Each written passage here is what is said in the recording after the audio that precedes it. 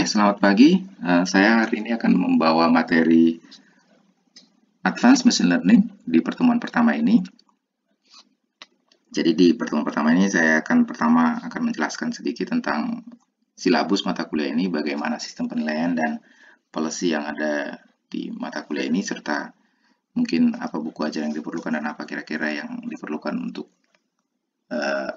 bisa mengikuti mata kuliah ini dengan baik. Lalu di bagian kedua kita akan masuk pengenalan machine learning.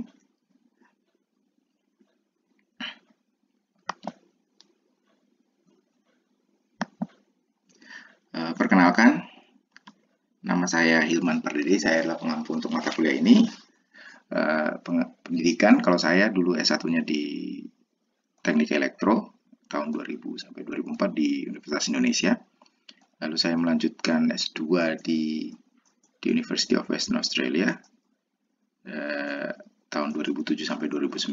Lalu saya mengambil S3 di Tokyo Institute of Technology di ilmu komputer tahun 2009 sampai 2013. Untuk pengalaman kerja, saat ini saya adalah peneliti media di Pusat Penelitian Informatika di LIPI, di Bandung, tepatnya. Lalu setelah S3, saya sempat postdoc selama 1,5 tahun di Fondazione Bruno Kessler di Italia. Dan sejak 2016 sampai sekarang, saya adalah pengajar di STIMIK Nusa Mandiri. Untuk bidang interest saya, secara umum, riset saya sekarang ini banyak berkaitan dengan Artificial Intelligence dan Machine Learning. S3 saya berkaitan dengan Speech Processing dan Speech Recognition, jadi itu juga masih termasuk bidang interest saya sampai sekarang. Kalau kalian ada yang mau ditanyakan, bisa langsung email saya di hilman@nusamandiri.ac.id. Nanti juga email ini bisa kalian pakai untuk kalau mensubmit coding tugas yang saya berikan. Untuk penilaian sendiri, mata kuliah ini lengkap, jadi ada UTS-nya, ada UAS-nya, ada tugasnya, dan ada proyeknya. Jadi memang secara beban agak cukup berat, jadi saya harapkan kalian semua harus cukup serius untuk mengikuti mata kuliah ini, kalau tidak bisa ketinggalan. Jadi secara persentase untuk kehadiran itu 20%, UTS dan UAS sama-sama 20%, untuk tugas 10%, dan nanti project itu 30%. Nah, untuk tugas sendiri mungkin minimal ada 2 kali, satu tugas sebelum UTS, satu tugas setelah UTS, berupa melakukan eksperimen terhadap metode atau teknik-teknik yang diajarkan di kelas. Nanti hasilnya kalian akan submit laporan singkat dan source code-nya di email ke saya. Untuk tugas project, umumnya sih tugas project-nya kelompok. Apa daftar project yang bisa kalian kerjakan itu nanti akan saya sampaikan di pertemuan berikutnya. Saya akan lihat dulu berapa jumlah mahasiswanya. Untuk project sendiri ada 2 penilaian. Satu penilaian presentasi yang biasanya dilakukan 1 atau 2 pertemuan sebelum UAS, dan laporan akhir yang disubmit ke saya pada pertemuan terakhir, yaitu setelah UAS. Untuk buku ajar, pada prinsipnya banyak buku ajar yang kalian bisa pakai. Semua buku ajar yang berkaitan dengan machine learning, pattern recognition, data mining bisa dipakai untuk mata kuliah ini. Di sini saya list ada beberapa buku yang kalian bisa download secara online, tinggal kalian search saja di Google, nanti bisa ada source-nya, PDF-nya di internet. Yang pertama, Pattern Recognition dan Machine Learning oleh Christopher Bishop. Yang kedua, Pattern Recognition oleh Sergio Theodoridis, Machine Learning oleh Tom Mitchell, dan Pattern Classification oleh Duda, Hart, dan Stork. Secara umum, buku ini pada prinsipnya kontennya sama, jadi kalian tidak perlu harus baca semua. Tapi saya menyarankan kalian baca minimal salah satu dari 4 buku ini. Kalau dari segi konten sendiri, mungkin yang pertama itu yang pattern recognition sebenarnya agak cukup berat secara matematis karena memang dia agak berat di matematikanya. Jadi, tapi kalau kalian tertarik dari aspek teoritisnya machine learning, itu kalian bisa mengacu ke buku tersebut. Untuk Python, karena kita pada prinsipnya di mata kuliah ini akan ada beberapa hal yang harus kita melakukan pemrograman dengan Python. Untuk referensi Python sendiri, kalian bisa mengacu ke buku Learning Python oleh Mark Luce. Sebenarnya ada buku lain yang bisa kalian pakai, pada prinsipnya buku yang tentang pemrograman Python. Ada juga pemrograman yang Python yang khusus untuk machine learning. Kalian boleh tetap pakai, karena tidak ada keharusan kalian harus memakai buku tertentu di mata kuliah ini. Untuk silabus, pada prinsipnya mata kuliah ini kalian akan diajari beberapa teknik machine learning, baik apa yang nanti disebut dengan supervised learning dan unsupervised learning, sehingga pada akhir mata kuliah ini kalian bisa menerapkan teknik-teknik machine learning, dan diharapkan kalian mampu menerapkan teknik machine learning pada masalah real, sehingga kalian punya feeling terhadap teknik machine learning, sehingga kalian tahu bagaimana memilih teknik yang baik dan metode apa pada machine learning yang bisa dipilih sebagai solusi untuk masalah yang kalian hadapi. Selain itu, di mata kuliah ini karena kita juga akan ada menulis laporan dan presentasi, saya harap kalian juga sedikit belajar bagaimana menulis dan membuat presentasi yang baik.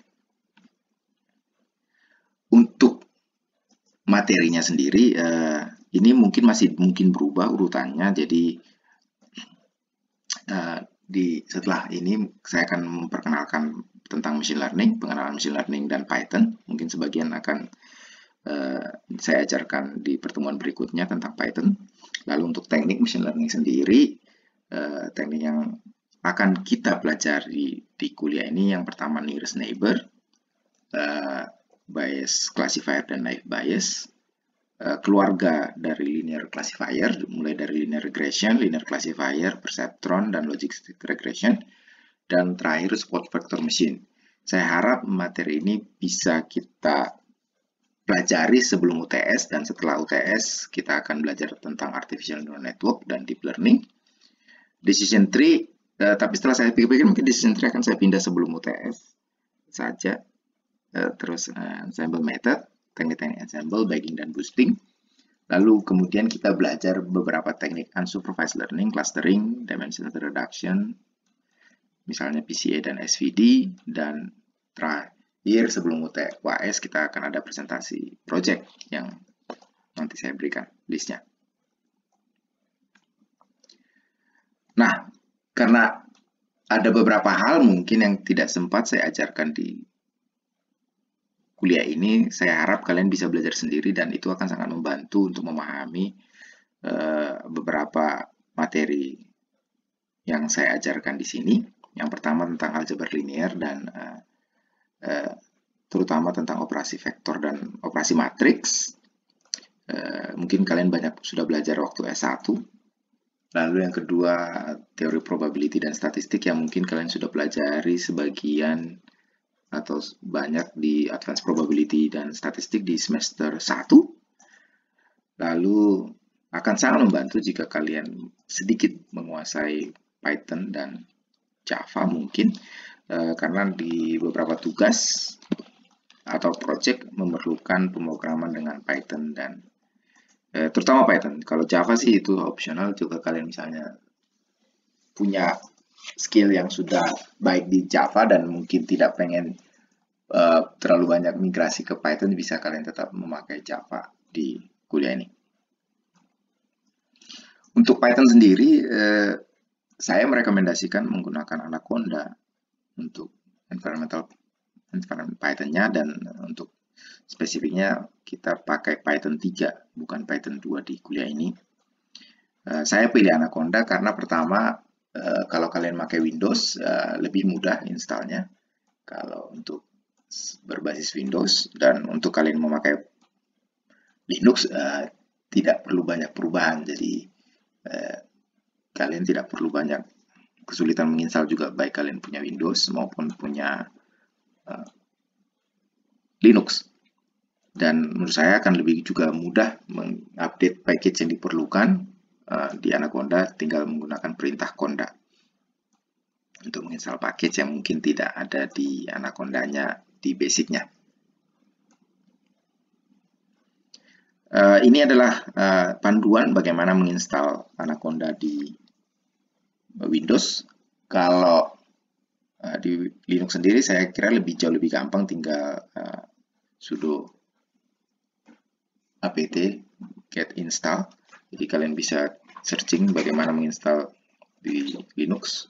Kalau di Windows sendiri memang sih membutuhkan persyaratan menggunakan Windows 64 bit.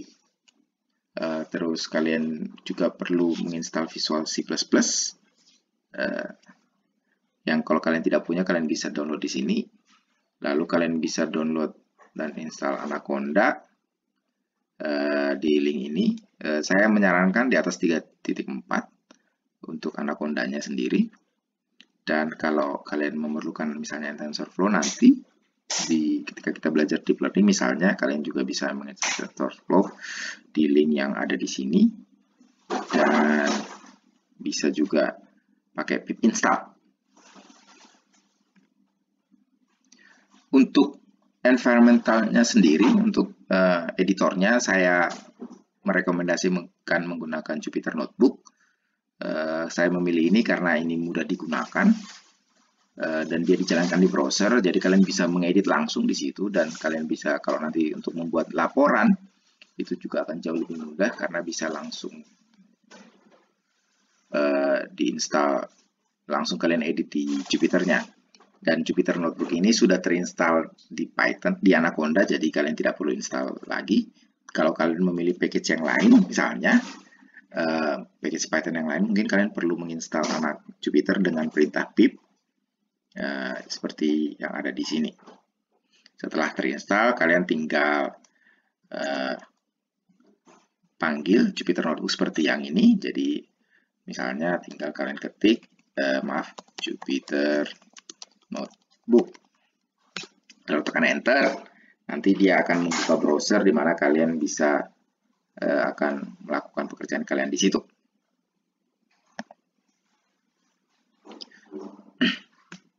Oke, mungkin itu saja untuk bagian pertama tentang pengenalan mata kuliah ini. Kalau kalian ada pertanyaan, silahkan kalian ketik di chatnya. Apa yang kalian tanya, saya nanti akan menjawab di situ. Terima kasih. Berikutnya kita lanjutkan ke materi yang kedua. Oke, berikutnya kita masuk ke materi Advanced Machine Learning. Jadi di bagian ini kita hanya akan sedikit membahas mengenai apa itu machine learning secara umum. Saya harap dari pertemuan ini kalian bisa sedikit memahami apa sih machine learning itu dan kira-kira apa sih tantangan-tantangan yang dihadapi ketika kita menerapkan teknik-teknik machine learning dalam aplikasi sehari-hari. Jadi materi di slide ini akan membahas tentang definisi machine learning itu apa terminologi yang ada di machine learning, supervised dan unsupervised learning, tantangan-tantangan pada machine learning, dan tools yang bisa digunakan di machine learning. Oke, kita masuk pada bagian pertama. Kalau sekarang ini mungkin banyak dari kalian sudah berseliweran istilah data science, artificial intelligence, machine learning, dan deep learning. Jadi kalau kalian aktif membaca artikel atau tabloid atau apapun yang berkaitan dengan teknologi informasi saat ini, mungkin ini adalah salah beberapa keywords yang mungkin kalian sering dengar. Sehingga bisa dibilang ini topik yang hangat sekarang ini. Dan dengan adanya digitalisasi industri dan lain-lain, bisa dibilang teknologi yang kalian lihat di depan ini, data science, artificial intelligence, machine learning, deep learning, itu adalah teknik yang paling penting yang diperlukan untuk menghadapi perubahan industri dan ekonomi sekarang. Jadi yang pertama, apa itu artificial intelligence? Kalau kita definisikan secara sederhana, kalau mau didefinisikan, artificial intelligence itu adalah cabang ilmu pengetahuan yang bertujuan untuk membuat komputer atau peralatan itu pintar. Nah, definisi pintar ini yang agak susah didefinisikan, makanya saya kasih tanda kutip. Karena apa sih yang disebut dengan pintar itu? Jadi, apakah hanya komputer yang mampu berpikir, atau komputer yang bisa melakukan perbuatan atau tindakan yang biasa dilakukan manusia, atau komputer yang bisa mengambil keputusan. Nah, karena setiap hal itu membutuhkan aspek kepintaran dari manusia. Kalau definisi sederhananya, sehingga banyak yang lebih suka mendefinisikan artificial intelligence itu adalah usaha kita bagaimana membuat komputer mampu melakukan pekerjaan yang dilakukan oleh manusia. Nah, apa sih pekerjaan yang dilakukan manusia? Ternyata menarik tentang artificial intelligence ini, karena ada hal-hal yang biasa atau mudah dilakukan oleh manusia. Ternyata kalau kita program di komputer itu susah. Misalnya, kalau kalian lihat teman kalian dengan mudah bisa mengetahui itu siapa dia, identitasnya. Kalian bisa mengenali teman kalian dengan mudah. Kalian bisa mengenali apa yang diucapkan teman kalian dengan mudah. Tapi ketika saya minta misalnya, bagaimana sih kalian bisa mengenali teman kalian itu? Mungkin susah untuk dideskripsikan. Nah, jadi itu tantangan terutama di artificial intelligence adalah ternyata membuat komputer atau peralatan bisa melakukan pekerjaan yang biasa dilakukan manusia itu ternyata jauh lebih susah dibanding ketika kita harus memprogram komputer misalnya untuk bermain catur. Jadi banyak hal-hal yang susah dilakukan oleh manusia ternyata lebih gampang diajarkan ke komputer. Jadi itu tantangan terutama ketika kita belajar atau mengembangkan AI. Sehingga definisi AI ini sekarang ini cukup cair. Apakah usaha kita mengopi kecerdasan manusia atau sekedar bagaimana kita membuat komputer bisa melakukan apa pekerjaan yang biasa dilakukan oleh manusia. Sekarang ini banyak pendekatan AI itu lebih ke yang disebut dengan narrow AI. Jadi pada prinsipnya komputer hanya bisa melakukan satu pekerjaan tertentu saja yang spesifik. Jadi misalnya komputer dilatih untuk mengenali orang saja, atau komputer diprogram hanya untuk mengenali apa bahasa manusia, bahasa alami, misalnya text processing. Jadi hanya melakukan satu tugas tertentu saja yang spesifik.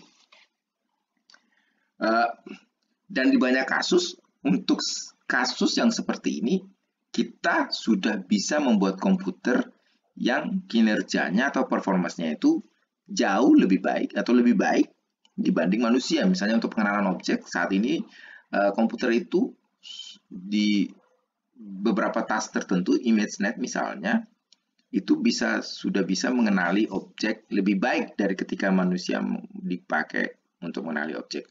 Atau untuk pengenalan alami, untuk speech recognition dan lain-lain. Jadi ada dengan teknologi yang ada sekarang, kita bisa membuat komputer bisa melakukan satu tugas spesifik, tapi performanya untuk sekarang sudah lebih baik dari performance dari manusia sendiri. Jadi sekarang tentu pertanyaan, kalau machine learning itu apa sih sebenarnya dan apa itu hubungannya dengan artificial intelligence? Kalau beberapa definisi yang diberikan para ahli, Samuel di tahun 1959, machine learning itu adalah studi di mana membuat komputer bisa belajar sendiri tanpa kita harus program secara eksplisit. Lalu Mitchell tahun 1997 bilang machine learning itu adalah komputer yang belajar dari pengalaman. Jadi berdasarkan pengalaman yang dilihat, dia melakukan prediksi. Jadi secara simple kita bisa bilang sebenarnya kalau machine learning itu adalah bagian dari artificial intelligence. Jadi salah satu solusi untuk artificial intelligence itu adalah dengan menggunakan machine learning. Jadi apa bedanya machine learning dengan pendekatan AI yang pada umumnya? Kalau pendekatan AI pada umumnya lebih bersifat hard coding, jadi pada prinsipnya kita berusaha mendefinisikan kecerdasan manusia itu seperti apa, dan itu yang kita program secara eksplisit di komputer.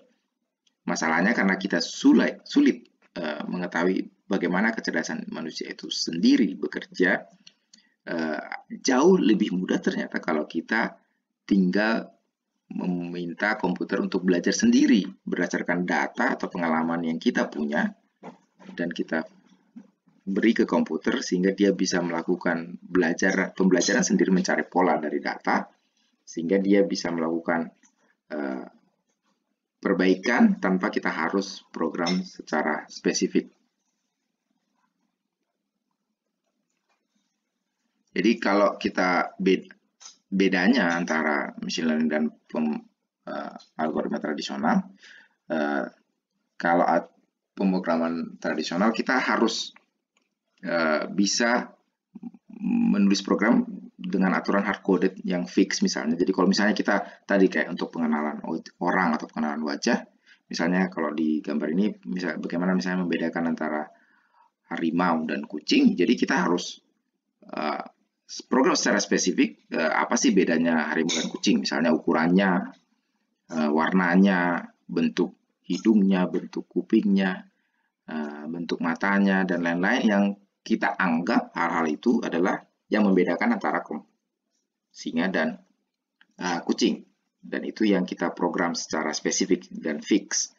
Sementara kalau machine learning kita punya banyak gambar singa dan kucing, lalu kita asumsikan bahwa hubungan antara gambar singa dan gambar kucing dengan kelas singa dan kelas kucing itu direlasikan dengan algoritma machine learning. Lalu kita minta mesin melakukan optimasi berdasarkan asumsi algoritma dia antara hubungan antara data kucing dan kelas kucing, antara gambar singa harimau dengan kelas harimau, untuk melakukan optimasi dari algoritma machine learning tersebut sehingga dia bisa menentukan relasi antara gambar kucing dan kelas kucing, sehingga nanti ke depannya ketika kita punya gambar kucing atau kelas kucing dari data yang berbeda, dia bisa dipakai untuk melakukan prediksi kelas kucing atau gambar kucing tersebut. Dia masuk ke kelas, sebuah gambar masuk ke kelas kucing atau ke kelas harimau. Jadi kita maunya setelah hasil optimasi itu menghasilkan rules yang dia belajar sendiri, dan itu juga cukup efektif ketika diterapkan kepada data yang masa depan yang dia tidak pernah lihat. Ini yang disebut dengan generalization capability di teknik machine learning. Kalau aplikasi sendiri mungkin tanpa kita sadari banyak adik-adik mahasiswa sekarang yang pakai tapi tidak sadar. Misalnya kalau kalian misalnya buka email, tentu kalian lihat ada otomatis email yang dikategorikan di spam atau bukan spam. Nah, itu juga salah satu aplikasi machine learning. Kalau kalian misalnya punya iPhone, ada Siri. Kalau kalian punya Android, ada Google Now. Jadi kalian bisa ngomong, nanti dia searching berdasarkan, dia mengenali apa yang kalian omongi, lalu dia misalnya searching keywords yang kalian omongkan langsung ke Google dan lain-lain. Kalau ya pada prinsipnya smartphone yang kalian punya itu sangat banyak sekarang aplikasi machine learning. Kalau kalian misalnya buka Facebook atau Instagram, kalau sekarang ini saya lihat Facebook itu kalau ada teman kalian yang sudah mengupload misalnya gambar kalian, dia akan merekomendasikan misalnya si A mungkin mengupload gambar kamu mau review atau enggak. itu juga pakai aplikasi machine learning. Kalau kalian punya kamera, misalnya bagaimana kamera itu bisa kenal mana objek wajah, mana yang bukan wajah, itu juga dengan aplikasi machine learning.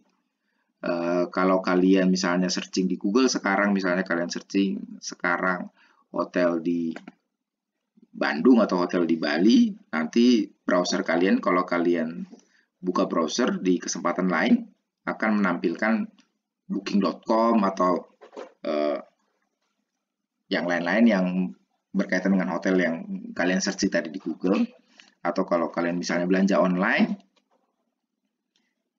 kalau kalian misalnya ke Amazon atau ke Tokopedia atau Blibli, kalau ketika kalian membeli barang, nanti dia akan merekomendasikan barang apa yang mungkin kalian juga tertarik. Nah, itu juga pakai aplikasi machine learning. Teknologi robot sekarang ini banyak pakai aplikasi machine learning untuk pengenalan objeknya atau pengenalan jalan yang harus dia lewati dan lain-lain. Jadi secara aplikasi saat ini aplikasi machine learning cukup beragam dan banyak bidang-bidang yang dulu tidak terpikir memakai machine learning sekarang sudah mulai pakai machine learning. Nah, ini ada satu aplikasi IBM Watson yang sistem untuk tanya jawab, yaitu tadi bahasa alami. Ini adalah satu contoh bagaimana Nero AI sekarang atau aplikasi machine learning sekarang bisa mengalahkan kemampuan manusia, karena ini sistem tanya jawab dan dia bisa mengalahkan juara Double Jeopardy, itu kayak quiz di Amerika. Ini beberapa aplikasi yang lain, misalnya Alexa juga pakai aplikasi machine learning dan lain-lain. Jadi kalau dibilang ya machine learning itu ada di information retrieval, bagaimana mengetrieve gambar, teks, ya kayak Google searching atau searching engine itu pakai aplikasi machine learning. Untuk translasi, machine translation itu juga pakai aplikasi machine learning. Untuk Q&A, kalau misalnya kalian searching di Google, apa ibu kota Indonesia, maka dia akan menampilkan Jakarta langsung di top page-nya. Lalu tadi social network, banyak pakai machine learning kayak Facebook, Instagram. Recommender system juga banyak. Kalau tadi itu untuk kalau kalian beli belanja online, itu pakai sistem rekomendasi yang juga pakai machine learning. Untuk iklan, untuk credit card detection misalnya juga. Jadi kalau kalian misalnya punya credit card di Indonesia, misalnya ketika kalian pakai di luar negeri, itu biasanya ada beberapa credit card yang otomatis langsung ngeblok karena dianggap sebagai aktivitas yang anomali, yang biasanya mendeteksi anomali itu juga pakai machine learning. Prediksi cuaca kayak di Google sekarang, kalian bisa lihat prediksi cuaca itu agak berbeda dengan prediksi cuaca yang BMKG, di mana kalau BMKG itu pakai model matematik tertentu, kalau Google itu pakai prediksi cuacanya dengan machine learning. Autonomous vehicle untuk kesehatan, tanya jawab kesehatan juga banyak mulai aplikasi pakai machine learning kayak untuk chatbot dan lain-lainnya.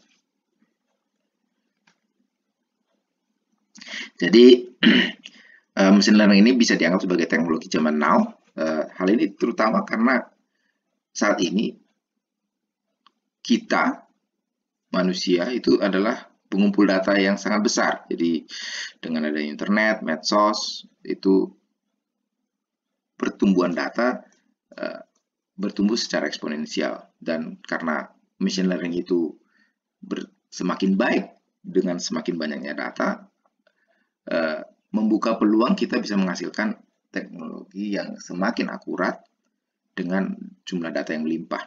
Kedua, machine learning juga banyak dipakai untuk data analytics di big data, karena datanya besar, semakin malas manusia untuk melakukan analitik data kalau datanya jumlahnya, misalnya kalau harus dia kayak Tokopedia misalnya, kalau dia punya klien ribuan atau ratusan ribu, bagaimana dia mengidentifikasikan mana customer yang setia, mana yang customer yang prospek atau lain-lain. Kalau dia harus melakukan analitiknya secara manual, akan sulit. Dengan machine learning bisa dilakukan data analitik yang jauh lebih cepat dan mungkin tidak kalah akurat dengan manusia. Saat ini juga perkembangan machine learning didorong oleh kemampuan komputasi komputer yang semakin baik. Banyak teknik machine learning yang dulu dianggap tidak bisa direalisasikan karena keterbatasan komputer, dengan kemampuan komputer sekarang bisa dilakukan. Misalnya kayak deep learning itu. Deep learning itu sudah ada sejak mungkin tahun 80-an, cuman waktu itu tidak bisa diimplementasikan karena keterbatasan komputer. Sekarang dengan adanya GPU, GPU, kemampuan komputer semakin baik, kita bisa training menggunakan deep learning dengan cukup cepat. Lalu salah satu faktor pendorong perkembangan machine learning karena industri mulai melihat kebutuhan untuk pakai machine learning itu untuk mengolah data atau memanfaatkan data yang mereka punya yang memang banyak. Jadi industri semakin tertarik. Makanya sekarang kalau kalian lihat lowongan misalnya, banyak lowongan membutuhkan seorang data scientist. Yang pada prinsipnya data scientist itu adalah orang yang bisa machine learning dan big data. Jadi industri melihat peluang orang yang atau peluang penerapan machine learning untuk bidang industri sehingga semakin banyak terlibat. Akibatnya teknologi ini semakin banyak diminati sekarang. Kalau ini industri, contoh industri yang menerapkan machine learning ya banyak. Ini ada beberapa industri, contoh industri yang besar yang bisa kalian misalnya Amazon, Xerox, Google, Facebook, perusahaan manufaktur juga sudah pakai machine learning dan lain-lain. Hubungan antara machine learning dan bidang lain, sebenarnya machine learning ini bukan bidang yang baru dan teknik yang ada di sini ini ya sebenarnya tidak spesifik harus belajar di machine learning. Jadi untuk machine learning kalian perlu probability dan statistik. Untuk machine learning banyak teknik optimisasi numerik yang dipakai, yang diimplementasikan. Untuk machine learning kalian banyak melakukan aproksimasi fungsi di matematik, juga cognitive science, neuroscience, data mining, data science, big data, dan lain-lain. Jadi itu adalah bidang-bidang lain yang sebenarnya mungkin kalian nggak sadari juga pakai machine learning. Atau sebenarnya ya sangat berkaitan atau beririsan erat dengan machine learning. Secara umum machine learning bisa kita bagi dua learningnya. Learningnya ada yang disebut dengan supervised learning dan unsupervised learning. Nah, unsupervised untuk objeknya sendiri bisa dibagi dua juga, untuk objek yang bersifat diskrit atau bersifat kontinu. Jadi kalau kita punya data yang objek yang bersifat diskrit dan kita lakukan training secara supervised, itu disebut dengan klasifikasi. Kalau kita punya objeknya kontinu, maka itu disebut dengan regresi untuk supervised. Kalau unsupervised sendiri kita bisa bagi dua secara umum adalah untuk clustering dan dimensionality reduction. Terminologi yang umum yang sering mungkin kalian dengar atau nanti pakai di machine learning ada yang disebut dengan feature. Jadi feature itu pada prinsipnya adalah representasi dari data. Jadi kalau kita misalnya punya data mentah kayak image, kayak teks, kayak suara, pada prinsipnya kadang di banyak aplikasi machine learning itu kita nggak bisa pakai langsung data mentahnya karena biasanya performanya jadi jelek. Biasanya kita melakukan ekstraksi fitur atau feature extraction atau operasi transformasi features, di mana pada prinsipnya kita mengekstrak informasi yang penting atau bagaimana kita merepresentasikan data itu supaya nanti di machine learning-nya jadi bagus. Itu disebut dengan features. Lalu proses training nanti akan mungkin kalian sering dengar. Jadi training itu adalah bagaimana tadi mesin itu belajar tentang datanya. Nah, proses trainingnya itu ada dua, ada yang supervised dan unsupervised. Yang unsupervised itu adalah, kalau kita punya label atau anotasi dari datanya. Jadi kalau misalnya kita punya gambar, kita tahu itu objeknya apa. Kalau misalnya kita untuk pengenalan objek. Kalau kita misalnya punya teks, kita tahu misalnya itu spam atau bukan spam untuk dokumen, atau itu opini positif, opini negatif, opini netral kalau misalnya untuk sentimen analisis. Jadi dia punya label atau anotasi dari data yang kita punya, itu yang disebut dengan supervised learning. Yang unsupervised learning kita hanya punya datanya, jadi kita hanya punya data teksnya, kita hanya punya data image-nya, tapi kita nggak tahu labelnya, jadi sama sekali labelnya tidak ada. Lalu biasanya hasil dari training itu menghasilkan model yang sudah dioptimasi, itu yang disebut dengan model, jadi hasil belajar dari komputer tadi terhadap features yang dia amati, itu yang disebut dengan model.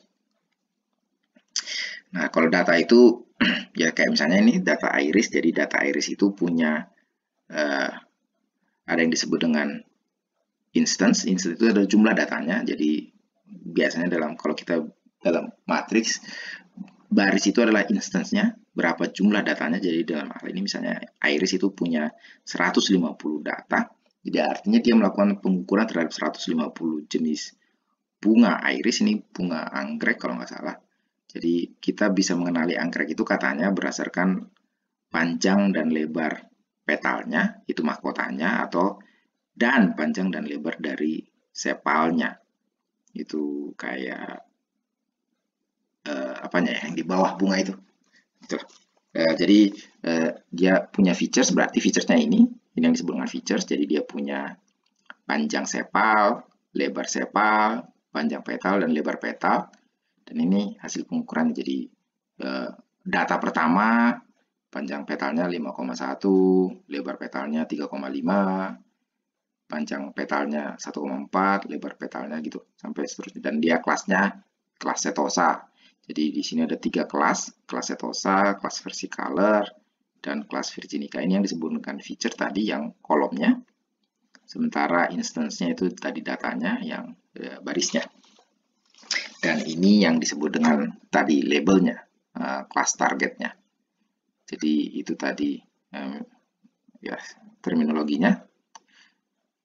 Jadi nanti feature-nya macam-macam. Misalnya kalau kita di teks, jadi kalau teks itu ya, instance-nya itu bisa dokumen, misalnya dokumen surat, dokumen paper, dan lain-lain, itu bisa dianggap sebagai satu instance dari dokumen, atau satu email, itu bisa dianggap sebagai satu instance juga emailnya, misalnya untuk spam detection, atau satu tweet misalnya kayak untuk analisis sentimen. Jadi ukuran soal untuk dokumen kita tidak ada ukuran, misalnya dokumen itu harus sepanjang tertentu atau ukurannya harus segini. Tidak, jadi satu instance dari dokumen, satu instance dari satu tweet atau satu email itu bisa dianggap sebagai satu dokumen atau satu instance datanya. Kalau features untuk teks ada macam-macam, misalnya ada yang disebut dengan dokumen level features, jadi metadata dari teks itu, misalnya siapa autornya, apa judulnya, title-nya, terus juga ada yang disebut dengan vector encoding, back of words yang bisa dipakai juga sebagai features. Nanti mungkin detailnya kalian bisa, kalau kalian pengen tahu, kalian bisa tanya. Terus ada juga yang disebut dengan word level features, misalnya vocabulary-nya berapa banyak, formnya apakah dia huruf kapital atau bukan, frekuensinya, itu juga sering dijadikan features untuk dokumen. Jadi contoh-contoh features untuk dokumen itu misalnya vector encoding, back of words, typedef, dan lain-lain. Untuk citra juga sama, jadi kalau citra biasanya yang paling simple ekstraksi feature-nya adalah RGB misalnya, jadi red, green, blue-nya. Masalahnya mungkin kalian tahu bahwa RGB itu sensitif terhadap pencahayaan, jadi untuk beberapa kasus mungkin tidak terlalu baik ketika dipakai untuk features di machine learning. Banyak riset yang mengembangkan apa features yang baik untuk image, misalnya SIF, linear binary pattern, histogram oriented gradient, dan lain-lain. Itu contoh-contoh features yang sering dipakai untuk pengenalan di citra atau penerapan machine learning di data citra atau data image. Terus data suara juga sama, jadi kalau kita data suara yang mentah itu biasanya dalam bentuk waveform, tapi waveform itu biasanya tidak terlalu baik dipakai untuk pengenalan suara, jadi kita pakai features yang biasanya kita turunkan dari waveform tersebut, misalnya MFCC, PLP, pitch, PNCC, Forman, dan lain-lain. Itu contoh-contoh features yang biasa dipakai di data suara. Lalu yang berikutnya adalah tipe-tipe learning, yaitu yang pertama adalah supervised learning. Jadi seperti saya bilang tadi, supervised learning itu kita punya data dan labelnya. Dan unsupervised learning itu kita punya datanya aja. Jadi kalau supervised learning pada prinsipnya adalah bagaimana kita mencari relasi antara datanya dan labelnya. Bagaimana kita bisa menangkap relasi antara data dan label tadi.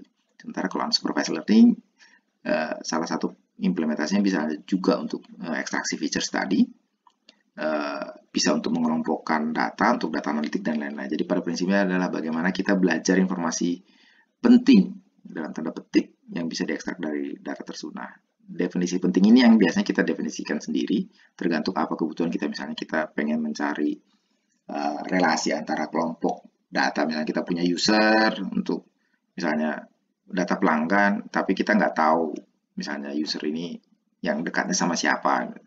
Jadi dengan unsupervised learning kita bisa cari sebuah kelompok user, misalnya kelompok user ini nanti bisa ternyata dilihat, oh ini kelompok user yang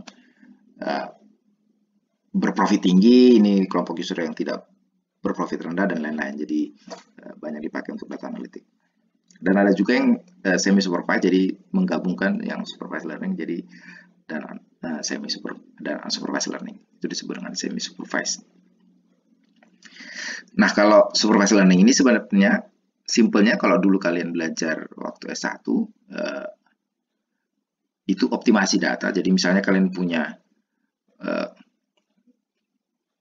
data, titik data X dan Y, ada titiknya. Nah, sekarang kalian diminta untuk mencari fungsi apa yang bisa mendekati relasi antara data dan antara X dan Y tadi. Jadi ya seperti itu aja prinsipnya sebenarnya. Jadi kalau kalian dulu belajar di matematika waktu SMA atau waktu S1, prinsipnya untuk mencari optimasi fungsi yang meminimalkan error antara data dan labelnya atau Y-nya, antara X-nya dan Y-nya. Jadi kita punya data X dan kita punya output Y. Jadi pada prinsipnya kita mencari fungsi yang memetakan antara data X dan kelas Y. Ada dua jenis supervised learning. Kalau kita punya data yang bersifat discrete, kayak misalnya untuk pengenalan objek A, objek B, objek C, atau spam atau bukan spam misalnya, atau sentimen positif, negatif, dan netral, itu kelasnya kan bisa dianggap sebagai discrete, maka itu disebut dengan klasifikasi. Kalau kita memprediksi output yang bersifat kontinu, misalnya memprediksi suhu besok, memprediksi harga saham, dan lain-lain, itu disebut dengan regresi. Jadi ini framework untuk supervised learning. Jadi kita punya data yang dipakai untuk training dan kita punya label data tadi. Dan kita asumsikan dari antara data dan labelnya tadi bisa direlasikan dengan machine learning. Jadi pada prinsipnya kita berusaha melakukan optimasi terhadap model algoritma machine learning tadi sehingga kita bisa menghasilkan model prediksi, di mana nanti model prediksi itu dipakai untuk memprediksi label dari data baru yang diberikan. Beberapa algoritma machine learning yang supervised learning itu linear models, jadi linear classifier, rich, lasso, elasticnet itu termasuk supervised learning. Support vector machine juga salah satu contoh algoritma supervised learning. Decision tree, regression tree, random forest, nearest neighbor, neural network itu adalah contoh-contoh algoritma supervised learning. Nah, yang kedua adalah unsupervised learning. Jadi kalau unsupervised learning kita hanya punya X-nya, jadi tidak punya Y-nya. Jadi kalau untuk klasifikasi tentu nggak bisa dipakai. Jadi kita nggak bisa memprediksi dengan machine learning kalau kita hanya punya X-nya. Jadi untuk apa unsupervised learning ini? Tujuannya adalah kita bagaimana mencari struktur dari data untuk mengekstrak informasi yang berguna. Nah, definisi berguna ini memang yang sangat luas. Jadi apa yang dimaksud dengan berguna itu tergantung kebutuhan. Jadi kalau kita misalnya mencari kelompok dari data yang saling berdekatan, salah satunya misalnya, atau kalau kita punya data dimensinya banyak, misalnya kayak ternyata kita punya data kita cuma 1000, tapi setiap data itu featuresnya ada 1000 juga. Jadi secara teori nggak bisa dipakai langsung ke classifier. Jadi somehow mereka harus dikurangi. Nah, teknik bagaimana mencari mana features yang bagus, mana yang tidak bagus, itu disebut dengan dimension reduction, itu juga pakai unsupervised learning.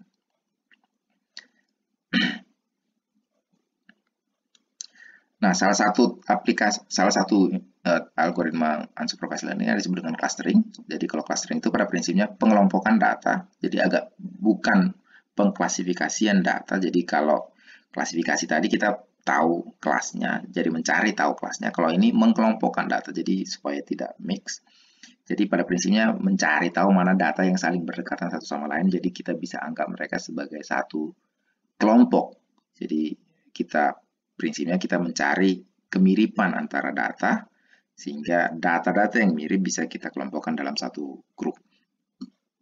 Misalnya aplikasinya mengelompokkan tadi untuk data analitik, mana pelanggan yang misalnya bisa prospek, mana yang tidak terlalu prospek, dan lain-lain.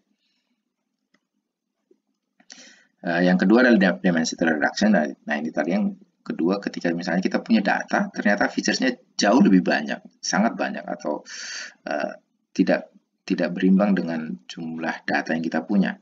Sehingga kalau kita aplikasikan langsung ke machine learning, mungkin performanya tidak optimal. Sehingga perlu kita pilih dari sekian banyak featuresnya, mana kira-kira features yang baik untuk klasifikasi. Jadi itu sering dipakai dengan dimension reduction. Dimension reduction itu juga sering dipakai untuk kompresi, misalnya kalau kita punya kayak histogram. Jadi histogram misalnya kita perlu 100 komponen dari data warna. Kita bisa mengkompresi mana piksel yang warnanya bisa dikelompokkan, jadi kita tidak perlu menggunakan seluruh range warnanya, tapi hanya range warna yang dikompresi saja dengan pakai dimension reduction. Contoh-contoh lain unsupervised learning itu matrix decomposition. Untuk clustering, contohnya ada k-means clustering. Untuk dimension reduction ada PCA, manifold learning, density estimation, dan outlier detection.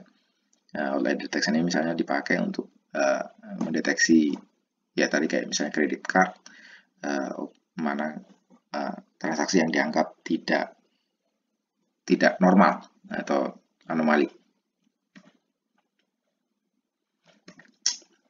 Nah, tantangan pada machine learning ini ada yang disebut dengan generalization. Nah, generalization ini pada prinsipnya adalah karena kita hanya punya sampel dari datanya, karena kita kan tidak mungkin punya keseluruhan datanya. Artinya kita hanya punya sampel dari datanya. Bagaimana membuat supaya berdasarkan sampel dari data ini kita bisa membangun sistem machine learning yang cukup baik untuk data yang tidak pernah ada di sampel data ini. Ini yang disebut dengan generalization. Jadi ini yang masalah yang sangat penting di machine learning. Jadi dia bukan hanya bagus di data yang kita punya, tapi juga bagus mungkin di data yang tidak pernah kita punya. Jadi bagaimana mengatur kompleksitas modelnya.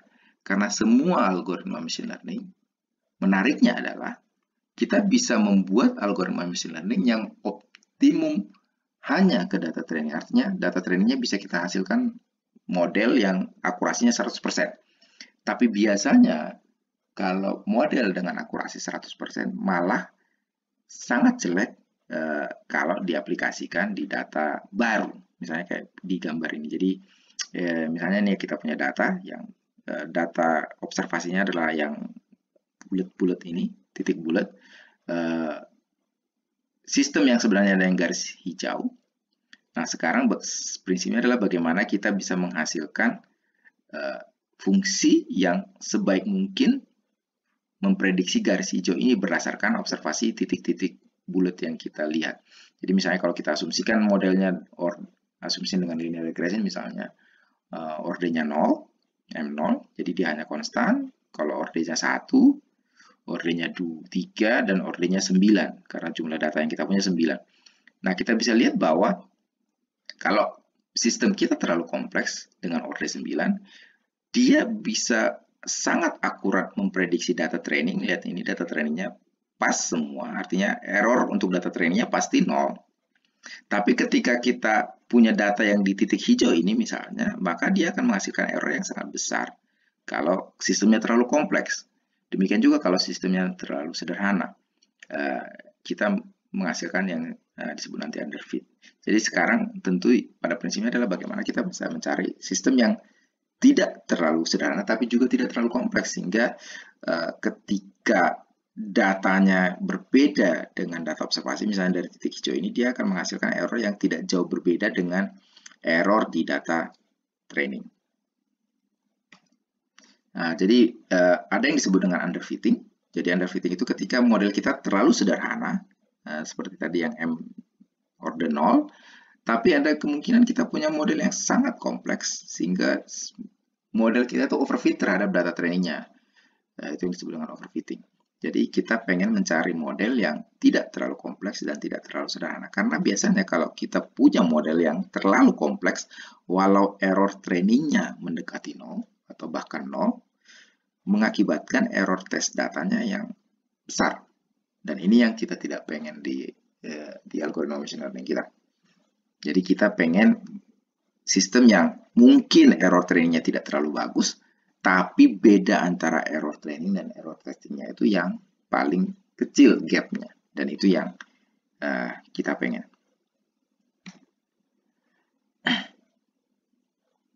Untuk membangun sistem machine learning ada yang disebut dengan pre-processing. Ini tahapan dalam membangun machine learning. Jadi pre-processing biasanya di pre-processing ini tadi kita melakukan feature extraction, kita mengolah data mentah untuk menghasilkan features yang lebih baik atau yang kita inginkan. Jadi kita bisa melakukan feature extraction, encoding, feature selection, dimension reduction untuk mengolah data mentah tadi. Lalu kita learning, kita pilih algoritma apa. Tadi kalau misalnya kita untuk task, misalnya untuk supervise, maka kita pilih misalnya kita mau pakai naive Bayes, pakai SVM, dan lain-lain.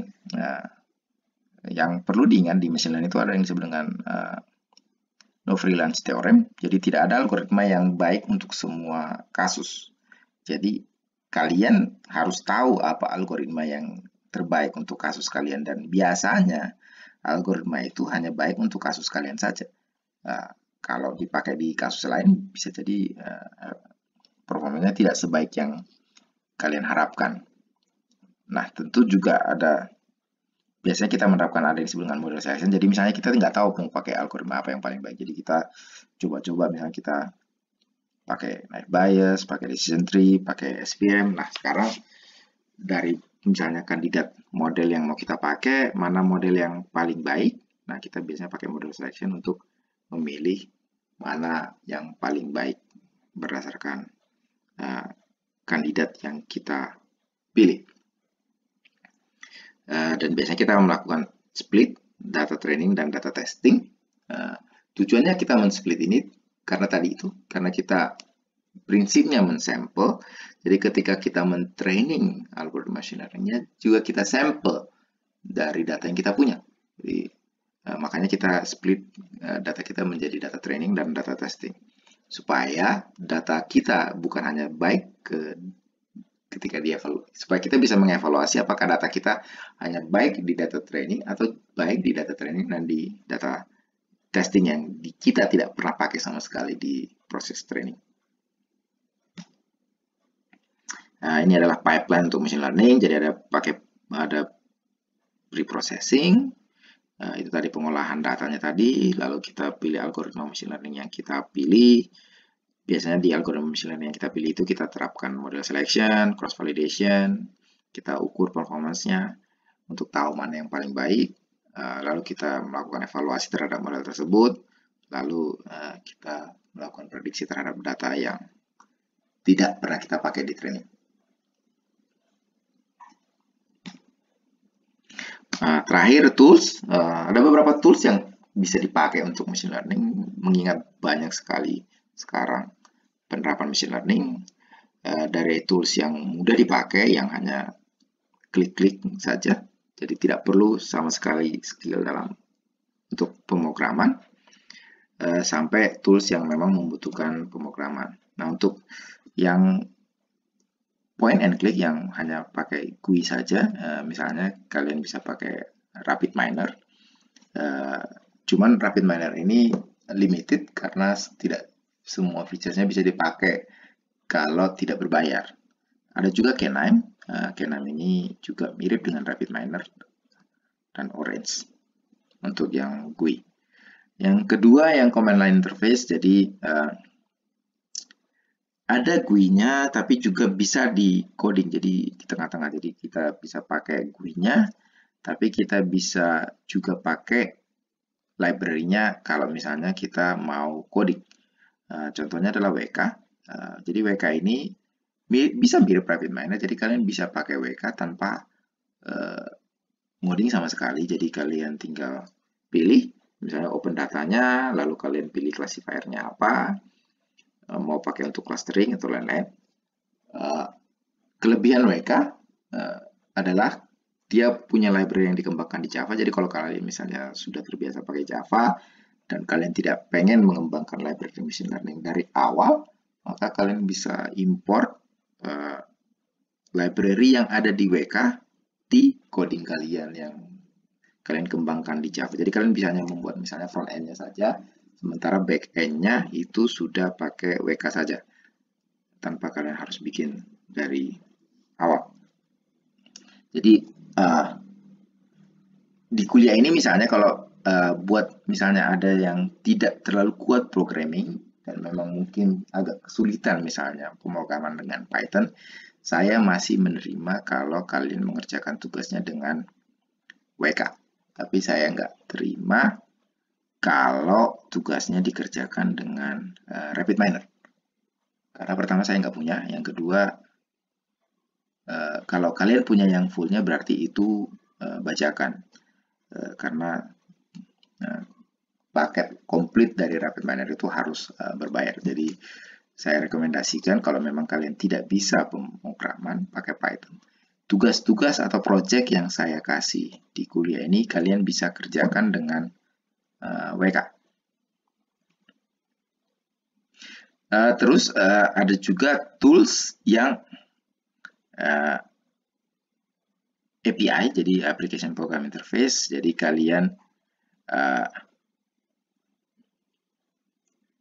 punya jadi dia punya API-nya, jadi kayak Python itu termasuk ini dalam kategori ini. Jadi kalian bisa pakai library-nya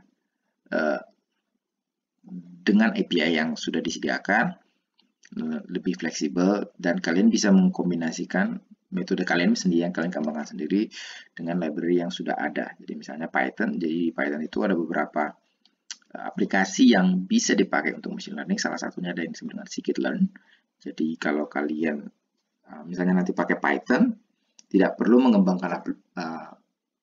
mengembangkan library untuk machine learning-nya dari awal. Jadi kalian bisa pakai library yang sudah ada di scikit-learn, dan scikit-learn itu sudah mengcover cukup banyak teknik machine learning dari klasifikasi, regresi, clustering, dimensional regression, dan lain-lain yang kalian bisa pakai. Jadi dengan hanya satu baris coding aja kalian sudah bisa pakai berbagai library yang ada di scikit-learn.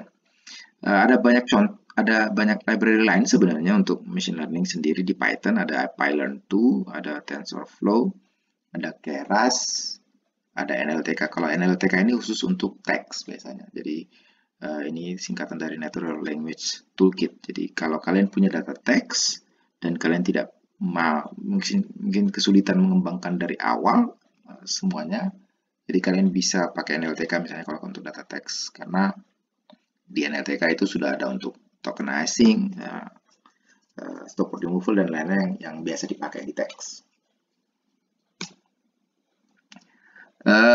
Ada juga untuk yang kalian misalnya pakai Java, ada Deep Learning 4J yang dimana ini adalah library khusus Deep Learning yang dipakai untuk Java. Library lain misalnya ada SVM untuk C, jadi ini khusus untuk SVM. Untuk C ada Shogun di C++, ada JSAT untuk Java juga, dan untuk Net ada yang disebut dengan Accord Framework untuk bahasa pemrograman Net. Yang spesifik misalnya kalau kalian punya data yang spesifik misalnya untuk speech, itu ada tools yang bisa dipakai, ada Kaldi dan HTK, Hidden Markov Model Toolkit. Untuk framework lainnya, ya misalnya kayak MATLAB atau R, itu juga udah banyak library machine learning yang bisa dipakai langsung. Tapi karena MATLAB itu berbayar, kalian bisa pakai padanan MATLAB yang tidak berbayar, itu Octave salah satunya, yang juga sudah cukup banyak library untuk machine learning. Oke, terakhir kesimpulan, jadi pada prinsipnya machine learning itu adalah bagian dari artificial intelligence yang bertujuan untuk membuat komputer belajar sendiri berdasarkan pengalaman atau data yang dia lihat. Ada dua tipe learning di machine learning, ada yang disebut dengan supervised learning dan unsupervised learning. Kalau kita punya label datanya, atau kelas data atau target datanya, itu disebut dengan supervised learning. Kalau kita tidak punya labelnya, itu disebut dengan unsupervised learning. Banyak tools yang bisa dipakai untuk machine learning, dari yang mudah pakai GUI sampai yang API, misalnya pakai Python. Ya, oke, itu aja mungkin untuk sekarang. Kita akan belajar tentang Python dan teknik machine learning mulai dari pertemuan berikutnya. Terima kasih atas perhatiannya. Kalau ada pertanyaan, kalian bisa ketik di chatnya. Nanti saya akan jawab berdasarkan pertanyaan kalian. Terima kasih.